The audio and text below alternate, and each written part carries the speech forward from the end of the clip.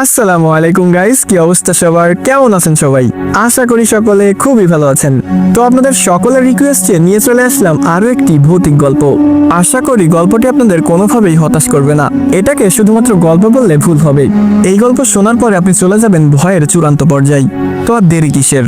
আর কথা না বাড়িয়ে চলুন ঘুরে আসা যাক ভয়, রোমাঞ্চকর এবং রহস্যের দুনিয়া থেকে।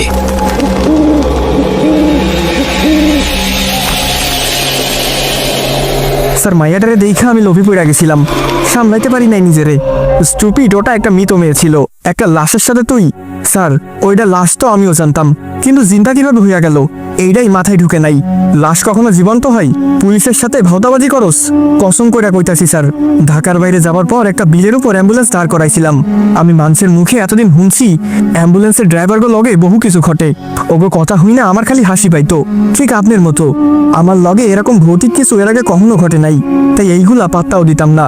কিন্তু স্যার, ওই দিন মুতার জন্য আমি গাড়ি খাড়া করছিলাম, তখনই আমার হেল্পার কইল, ওস্তাদ আপনি তো এই লাইনে নতুন, সবে মাত্র 2 মাস হইল গাড়ি চালান, কখনো কোনো মরা মায়াগো লাগে মজা নিছেন? আমি তো বহুবার নিছি, লন আজকে আপনারাও মজা দিমু। হেল্পারের কথা হই না স্যার, আমারও কুমতলব জায়গা উঠছে। আমি খাড়াই খাড়াই দেখতেছিলাম হেল্পার অ্যাম্বুলেন্সের দরজা খুইলা ভেতরে ঢুকছে। আমি রাস্তার কিনারা থেকে অ্যাম্বুলেন্সের পিছনে এসে খাড়াইছি। হেল্পার লাশের বক্স খুইলা লাশটারে টাইনা সিটের উপর তুলছে। পরে লাশের দেহ থেকে সব খুইলা হেল্পার শুরু কইরা দেয়। মায়াডারে স্যার দেখতে অনেক সুন্দর আছিল, মরার পরেও মায়াডারে নায়িকাগো মতো দেখাইতেছিল।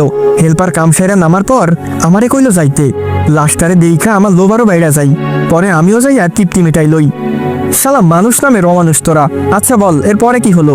পরে আমি গাড়ি থেকে নাইমা দেখি একটা গাড়ি আইতাছে। রাত তখন 2টার বেশি, গ্রামের রাস্তায় এত রাইতে গাড়ি, অর্থাৎ পুলিশ। আমি পুলিশের গাড়ি ভইবা তাড়াতাড়ি অ্যাম্বুলেন্সের ঢাকনা লাগাই দিছি। ভেতরে যে মায়াডারে বক্সে ভরি নাই এইটা আমার মাথায় নাই। দরজা লক কইরা স্যার আমি সামনে যাইয়া বসি। পরে অ্যাম্বুলেন্স স্টার্ট করতেই দেখি একটা মুরগির গাড়ি যাইতাছে। পুলিশ ভাইবা ডরাইয়া গেছিলাম। পরে একটা সিগারেট ধরায় আমি গাড়ি টান দিতেই পেছন থেকে কেউ বইলা উঠলো, গাড়ি থামা। বিশ্বাস করেন স্যার, এত ভয়ঙ্কর আসিল কণ্ঠস্বর। আমি তাকাই হেলপারের দিকে, হেলপার তাকায় আমার দিকে। কিছু বুঝা ওঠার আগেই অ্যাম্বুলেন্সের কাজ ভেঙ্গা সে মায়াটা আমার ঘাট ধরা বসে।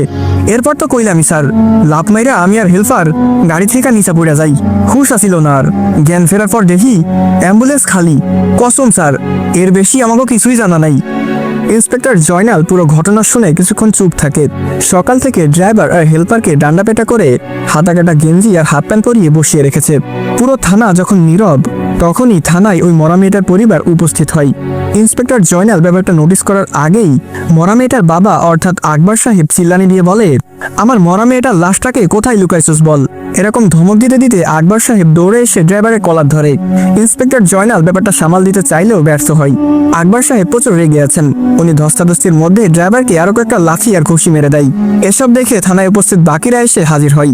সবাই আকবর সাহেবকে সামাল দিয়ে বসাই। উনি চেয়ারে বসে এবার হুট করে কেঁদে দিলেন।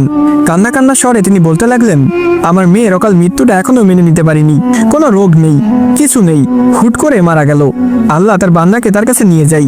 গ্রামে আমাদের পারিবারিক কবরস্থানে দাফন করবো ভেবে ঢাকা থেকে গ্রামে লাশ আনতেছিলাম। তোদের উপর বিশ্বাস করে লাশ গাড়িতে তুলেছিলাম। আমরা কেউ সাথে আসিনি, তাই লাশটা বিক্রি করে দিলি। কত টাকা লাগবে তোদের বল আমাকে, আমি দিতে রাজি।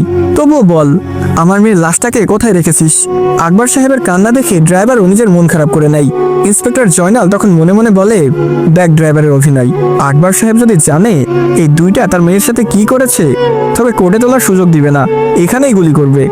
মরাবাড়ির মতো থানায় কান্নার বাজনা দেখা যায়। লকআপের অনেক কয়েদিও কান্না শুরু করে দিল। ইন্সপেক্টর জয়নাল এসব দেখে আকবর সাহেবকে বললেন, দেখুন সাহেব, অ্যাম্বুলেন্স অ্যাক্সিডেন্ট হয়েছে, ড্রাইভারের হেল্পারের আর গাড়িরও প্রচুর ক্ষতি হয়েছে। আমি বিষয়টা তদন্ত চালাচ্ছি। এই দুইটাকে তো আমি ঝুলাচ্ছি, আপনার মেয়ের লাশ বের করে আমি জানাবো আপনাকে। এরকম নানান টপিক আর যুক্তি বোঝানোর পর আকবর সাহেব মাতে রাজি হন। উনি থানা থেকে পরিবার নিয়ে বাড়িতে চলে যান। ইন্সপেক্টর জয়নাল ড্রাইভার আর হেল্পারকে লকআপে ঢুকিয়ে দিল। এরপর করিমকে বলে, আমার জন্য এক কাপ চা নিয়ে আসুন আমার কেবিনে। করিমকে চায়ের নির্দেশ দিয়ে জয়নাল সাহেব চলে যান নিজের কেবিনে। করিম কিছুক্ষণ সময় নিয়ে চা বানিয়ে চলে গেলেন জয়নাল সাহেবের কাছে। টেবিলে চা রেখে করিম চলে আসবে, তখনই পেছন থেকে জয়নাল ডাক দিয়ে বলল, আপনার কি মনে হয় ড্রাইভার আর হেল্পার সত্য বলছে? সত্যি কি অ্যাক্সিডেন্ট হওয়ার পর লাশ গায়েব হয়েছে?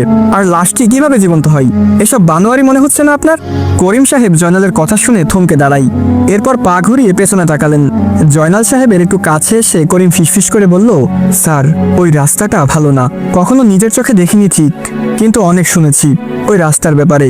করিম সাহেবের চোখে ভয় আর আশ্চর্যজনক কথা শুনে জয়নাল সাহেব বললেন, কি শুনেছেন ওই রাস্তার ব্যাপারে? জয়নাল সাহেবের আগ্রহ দেখে করিম এবার একটা চেয়ার নিয়ে বসে, এরপর ধীর কণ্ঠে বলে, স্যার আমরা প্রশাসনের লোক, কথা বাহিরে গেলে লোকে হাসাহাসি করবে, কিন্তু সত্য এটাই যে এই রাস্তায় অনেক কিছু ঘটে। পুলিশে জয়েন হবার আগে শুনেছি এই রাস্তায় অনেক লাশ পাওয়া যেত। রাস্তাটা বিলের মাঝখান দিয়ে গেছে, দুই পাশে বিল আর মাঝে ফাঁকা রোড। ডান পাশে বিলের পর একটা হিন্দু গ্রাম আছে, মুসলিমও আছে, তবে হিন্দুর সংখ্যাই কম। আর ডান পাশে বিলের পর কিছু ঘন গাছপালা, এরপর একটা ছোট নদী। আগে হিন্দুরা ওই নদীর কিনারায় লাশ পোড়াতো। শ্মশানঘাট আগে থাকলেও এখন হিন্দুরা ওখানে লাশ পোড়ায় না। শ্মশানঘাটটা এখন পরিত্যক্ত। এর পিছনেও কারণ আছে। শ্মশানঘাটে যাওয়ার সময় হুটহাট হিন্দুরা কিছু লাশ খুঁজে পেত। কোথা থেকে এই লাশ এসেছে আর কেন এসেছে সেটা নির্দিষ্ট কোনো হুদিশ পেত না। অনেকে মনে করত পলিটিক্যাল লোকজন রাজনৈতিক মামলায় খুন করে আর লাশ এখানে ফেলে যায়। কিন্তু একদিন 21 জন হিন্দু শ্মশানঘাটে একটা লাশ নিয়ে যাচ্ছিল। যেতে যেতে প্রায় সন্ধ্যা হয়ে যায়। ওনারা ওনাদের সংস্কৃতি অনুযায়ী লাশ পুড়িয়ে আসার সময় দেখে এক ভয়ঙ্কর ঘটনা। এইমাত্র যে লাশ পুড়িয়ে এসেছে সেই লাশটা তাদের আসার পথে দাঁড়িয়ে আছে। লাশের সেই বিভস্ত্র চেহারা দেখে ভয়ে এক একজন এক একদিকে পালাই। সেই স্থান থেকে ফিরে আসতে পারে মাত্র 12 জন, বাকি 9 জন ফিরে আসেনি। এলাকায় এসে তারা ব্যাপারটা সবাইকে জানায়। কেউ ভয়ে আর সেই দিন রাতে আসেনি। কিন্তু সকালে যখন ওই 9 জন ব্যক্তিকে খুঁজতে আসা হয় তখন শ্মশান ঘাটে তাদের মরদেহ পাওয়া যায়। প্রতিটা মানুষের মাথা ছিল কাদার উপর, সবার গায়ে ছিল অসংখ্য কামড়ের দাগ। টুকরো টুকরো মাংস ছিঁড়ে খেয়েছে সে। তখন থেকেই পরিত্যক্ত সেই শ্মশান। কিন্তু ঘটনা নাকি থামেনি। কয়েকদিন পর পর ওখানে লাশ পাওয়া যায়, যাদের কেউ চিনে না, পুলিশকেও ইনফর্ম করে না, যেহেতু এটা ভৌতিক মামলা। স্যার আপনি ঠিক আছেন? হুট করে লাফ মেরে ওঠে ইন্সপেক্টর জয়নাল সাহেব। গায়ের লোম দাঁড়িয়ে গেছে ওনার। যতই বুঝাতে যাচ্ছেন তিনি ভয় পায়নি, কিন্তু করিম সাহেব ঠিকই ধরে ফেলেছে। জয়নাল সাহেবের অবস্থা দেখে করিম আবার বলেন, ড্রাইভার আর হেল্পারের কথা অনুযায়ী বিলের মাঝখানে তারা দাঁড়ায়। যদি আমি ভুল না হই তবে ওরা সেই ভয়ঙ্কর বিলের কথাই বলতেছে। আমাদের সেখানে যাওয়া উচিত। হয়তো পরিত্যক্ত সেই শ্মশানঘাটের আশেপাশে মেয়েটির লাশ পড়ে থাকবে। করিমের কথা শুনে জয়নাল সাহেব কিছুক্ষণ স্তব্ধ হয়ে যান। এরপর অনেক ভেবে বলল, এখনই বের হই। ড্রাইভারকে বলুন গাড়ি নিয়ে আসতে। যে কথা সেই কাজ। 3 গাড়ি পুলিশ ফোর্স নিয়ে ইন্সপেক্টর জয়নাল সেই বিলে যায়। অ্যাম্বুলেন্স অ্যাক্সিডেন্ট হওয়ার স্থানে গাড়ি রেখে সবাই নেমে পড়ে। করিম জয়নালকে হাতের ইশারায় সে পরিত্যক্ত শ্মশানঘাটটা দেখায়। জয়নাল সাহেব সবাইকে নিয়ে নেমে যায় বিলে। এরপর বিল পেরিয়ে প্রবেশ করে সেই ঘন জঙ্গলে। এরপর শ্মশানঘাটে আশেপাশে অনেকক্ষণ খোঁজাখুঁজি করার পর একজন চিৎকার দিয়ে বলে, স্যার পেয়েছি। ওনার ডাক শুনে সবাই ছুটে যায়। শ্মশানঘাটে না, ঘন গাছপালার সাইডে পড়ে আছে মেয়েটির লাশ। 2টা চোখ তুলে ফেলা হয়েছে, একটা হাতের অর্ধেক কামড়ে খেয়ে নিয়েছে। উলঙ্গ নিথর দেহ পড়ে আছে কিনারায়। জয়নাল সাহেব কিছু বলার আগেই করিম সাহেব বলেন, স্যার ধারণা সঠিক। ড্রাইভার আর হেল্পার মিথ্যা বলেনি। তাড়াতাড়ি লাশ নিয়ে এই স্থান ত্যাগ করি, বলা যায় না কখন কি হয়। জয়নাল সাহেব করিমের কথা শুনে দ্রুত লাশ প্যাকেট করে। এরপর সেই স্থান ত্যাগ করে চলে আসে রাস্তায়। এতক্ষণে বিলের ডানে থাকা স্থানীয় লোকেরা জড়ো হয়ে গেছে। তারা এসে নিজেদের মাঝে নানান কথাবার্তা চালিয়ে যাচ্ছে। জয়নাল সাহেব এক ফাঁকে একজনের কথা নোটিস করেন। তিনি বলছিলেন, দেখ দেখ, আজ 4 মাস পর আবারও একটি লাশ। এই শয়তানের হাত থেকে যে কবে আমরা রক্ষা পাবো? জয়নাল সাহেব ওনার কথাটা শুনে আরো শিওর হলেন এই স্থান ভয়ঙ্কর। তিনি তড়িঘড়ি করে লাশ আরেকটি অ্যাম্বুলেন্সে তুলে রওনা করেন। থানায় এসে লাশটাকে পোস্টমর্টমের জন্য পাঠানো হয়। যদিও আগে মেয়েটির পোস্টমর্টম হয়নি, যেহেতু এইটা কোনো আত্মহত্যা বা খুনের কেস ছিল না। কিন্তু এখন তো এটি একটি ক্রাইমের সাথে যুক্ত হয়েছে, অতএব পোস্টমর্টম করা জরুরি। এর ঠিক 2 মাস পর বাইক অ্যাক্সিডেন্ট করা হাসিফের অবস্থা খারাপ। সন্ধ্যায় অ্যাক্সিডেন্ট করেছে, মৃত্যুর সাথে লড়াই করে যাচ্ছে সে। পরিবারের লোকজন স্থানীয় ডাক্তারের পরামর্শ নিয়ে হাসিফকে ঢাকা হাসপাতালে নিয়ে যাচ্ছে একটি অ্যাম্বুলেন্সে করে। ঢাকা যেতে আরো 3 ঘন্টা লাগবে। তাদের অ্যাম্বুলেন্সটা মাত্র সেই বিলের রোডে প্রবেশ করেছে। হাসিবের মা এবং বাবা হাসিবের পাশে বসে আছে। হাসিবের চাচা অ্যাম্বুলেন্সের সামনে ড্রাইভারের পাশে। হাসিবের চেহারা ভয়ঙ্কর রকমের আঘাত খেয়েছে। মুখের এক পাশ অর্থাৎ একটা গালের চামড়া ছিঁড়ে রক্তাক্ত হয়ে আছে। ঠোঁটের নিচে থেতলে গেছে অনেকটা। বাঁচার সম্ভাবনা খুবই কম। হাসিবের বাবা মাথায় হাত দিয়ে চোখ ভেজাচ্ছেন, আর হাসিবের মা হাসিবের দিকে তাকিয়ে একসরে কেঁদে যাচ্ছেন। ড্রাইভারের পাশে বসা হাসিবের চাচারও চোখ ভেজা। আদরের ভাতিজা ছিল। শুরু থেকে হাসিবকে বাইক না দেওয়ার জন্য উনি রেগেছিলেন। তবুও হাসিবের অনেক বায়নায় বাইক কিনে নিতে বাধ্য হলো সবাই। আজ সেই বাইক হাসিবকে মৃত্যু অব্দি নিয়ে এসেছে। রাত 11:21। শুনশান বিলের মাঝখান দিয়ে যাচ্ছে এই অ্যাম্বুলেন্স, আর অ্যাম্বুলেন্সের ভিতরে লুকিয়ে আছে নানান বেদনাদায়ক গল্প। কিছু দূর আসার পর অ্যাম্বুলেন্সের ড্রাইভার খেয়াল করে দুইজন মহিলা বোরকা গায়ে রাস্তার পাশে দাঁড়িয়ে আছে, অনেকটা দূরে। তারা গাড়ি সিগন্যাল দিচ্ছে। ওদের দেখে হাসিবের চাচা বলে, আহারে, দুইজন মহিলা এত রাতে রাস্তার কিনারে, দেখো, ওদেরকেও তুলে নাও, হয়তো কোনো বিপদে পড়েছে। হাসিবের চাচার কথা শুনে ড্রাইভার বলল, চাচা, ওদিকে না দেখার ভান করুন। কথাটা বলেই অ্যাম্বুলেন্স ড্রাইভার গাড়ির গতি বাড়িয়ে দেয়। হাসিবের চাচা অবাক হয়ে ড্রাইভার দিকে তাকায়। ড্রাইভার পুরো স্পিডে সে মহিলাদের ওভারটেক করে চলে যায়। হাসিবের চাচা কিছুটা বিরক্তিভাজন হয়ে বলল, আরে আজব তো, ওদের সাহায্যের দরকার ছিল। ড্রাইভার মুচকি হেসে বলে, সামনে তাকান। ড্রাইভারের কথায় হাসিবের চাচা সামনে তাকাই, আর তখন নিজে দেখেন তা ওনার শরীরের রক্ত চলাচল যেন বন্ধ করে দিচ্ছিল। সেই দুইজন মহিলা গাড়ি সিগন্যাল দিচ্ছে, অথচ কিছুক্ষণ আগে অ্যাম্বুলেন্স তাদের ফেলে এসেছে। তারা আবার সামনে কিভাবে এলো? ড্রাইভার এখনো অ্যাম্বুলেন্সের গতি বাড়িয়ে সেই দুজন মহিলাকে ওভারটেক করলেন। হাসিবের চাচা এতক্ষণ পর ব্যাপারটা আমলে নেন।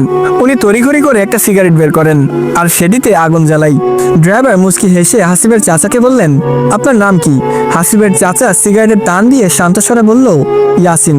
ড্রাইভার অ্যাম্বুলেন্সের গতি স্বাভাবিকে এনে ইয়াসিন সাহেবকে বললেন, গত 5 বছর অ্যাম্বুলেন্স চালাই, অনেক কিছু দেখা আছে, আমার অনেক অভিজ্ঞতা রয়েছে। আমাদের একটা রুলস আছে, রাতে অ্যাম্বুলেন্স চলাকালীন যদি সত্যিকারের মানুষও গাড়ি সিগন্যাল দেয় তাহলেও থামানো যাবে না, এরা অনেক ভয়ঙ্কর হয়। কথাটা শেষ করতেই আচমকা অ্যাম্বুলেন্স জোরে একটা ঝাঁকুনি দিয়ে ওঠে। হঠাৎ এমন ঝাঁকুনি দেখে ইয়াসিন সাহেব বললেন, এটা কি ছিল? অ্যাম্বুলেন্স ড্রাইভার তখন গভীর স্বরে বললেন, তারা আমাদের পিছু নিয়েছে। ইয়াসিন সাহেব ড্রাইভারের মুখে ভয় দেখতে পাচ্ছেন। ড্রাইভার গাড়ির গতি বাড়িয়ে আবার চলতে শুরু করে। তখনই আবারও অ্যাম্বুলেন্সটা জোরে একটা ঝাঁকুনি দেয়। মনে হচ্ছে কেউ বাহির থেকে অ্যাম্বুলেন্সে জোরে জোরে লাথি দিচ্ছে। পেছনে থাকা আসিফের বাবা মা ডাক দিয়ে বললেন, কি হয়েছে? গাড়ি এমন ঝাঁকুনি দিল কেন? পেছন থেকে তাদের ডাক শুনে ড্রাইভার উচ্চস্বরে বললেন, কিছু না চাচা, রাস্তা ভাঙা। ইশারাতে ড্রাইভার মিথ্যা শোনালেন, কিন্তু ইয়াসিন সাহেব তো সবটা জানে। তিনি ড্রাইভারকে আবার বললেন, কোনো সমস্যা হবে না তো? ড্রাইভার কিছু বলতেই যাবে, এমন সময় দেখে রাস্তার উপর একটা মরা গরু পড়ে আছে। ইয়াসিন সাহেব রাস্তার মাঝে মরা গরু দেখে ভয় পেয়ে যায়, আর উচ্চস্বরে ড্রাইভারকে বলে, আরে গাড়ি থামাও, নয়তো আমরা অ্যাক্সিডেন্ট করব। ড্রাইভার কোনো কথা না বলে সেই গরুর উপর দিয়ে গাড়ি তুলে দেয়। যখন অ্যাম্বুলেন্স গরুর গায়ের উপর উঠেছে তখন কিছু একটা চিৎকার শোনা গেছে। ইয়াসিন সাহেব নোটিস করেন সেই চিৎকার। তিনি ফিসফিস করে ড্রাইভারকে বললেন, এ তো মনে হয় কোনো মহিলার চিৎকার। একসাথে অনেক মহিলার চিৎকার ভেসে এসেছে। ড্রাইভার এবার ভয় এবং রাগ নিয়ে বললেন, এত কথা বলছেন কেন? চুপচাপ আল্লাহকে ডাকুন। কথাটা বলেই ড্রাইভার গাড়ির সামনে থেকে একটা পান হাতে নেয়। এরপর পুরো পানটা মুখে গুজে দিয়ে অ্যাম্বুলেন্স টানতে থাকে। ড্রাইভারের কপাল বেয়ে ঘামে রেল ঝরছে, গা দিয়ে গরম উত্তাপ বের হচ্ছে।